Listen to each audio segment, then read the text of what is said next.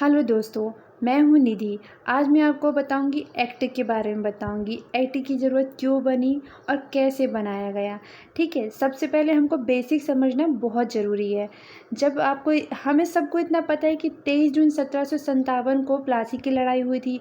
ये Robert Clive और सिराजुद्दौला के बीच में हुई थी। फिर 22 अक्टूबर 1764 को बक्सर की लड़ाई हुई थी। हेक्टर मुनरो और मीर कासिम के बीच में हुई थी। जब ये दोनों की लड़ाई हुई थी तो ब्रिटिश ईस्ट इंडिया कंपनी थी, उनकी जीत हुई थी। जब उनकी जीत हुई थी तो उन्होंने अपना शिकंजा कसना शुरू कर दिया गया था और उन्हें सिर्फ नए नए एक्ट पारित बनाए गए थे। ठीक है, उन्होंने नए नए एक्ट बनाना शुरू कर दिया था।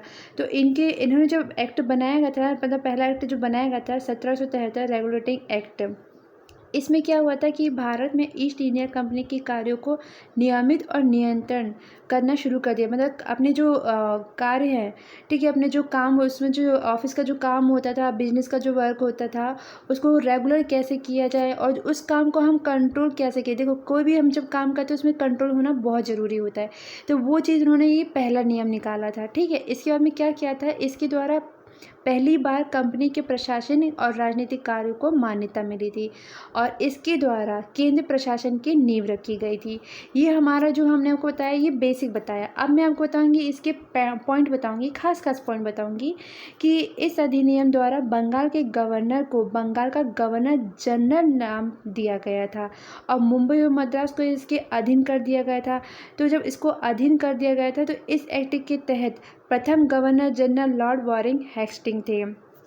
फिर इसका मैं दूसरा पॉइंट बताऊंगी। इस एक्ट के अंतर्गत कलकत्ता प्रेसिडेंसी में एक ऐसी सरकार स्थापित की गई थी जिसमें जनरल और उसकी परिषद के 4 सदस्य थे जो अपनी सत्ता के उपयोग संयुक्त रूप से काम करते थे। इस अधिनियम के अंतर्गत 1774 में एक उच्चतम न्यायालय की स्थापना की गई थी जिसमें से मुख्य न्यायाधीश और 3 अन्य न्यायाधीश थे। और इसकी जो प्रथम मुख्य न्यायाधीश जो थे सर एलिजा एपे थी।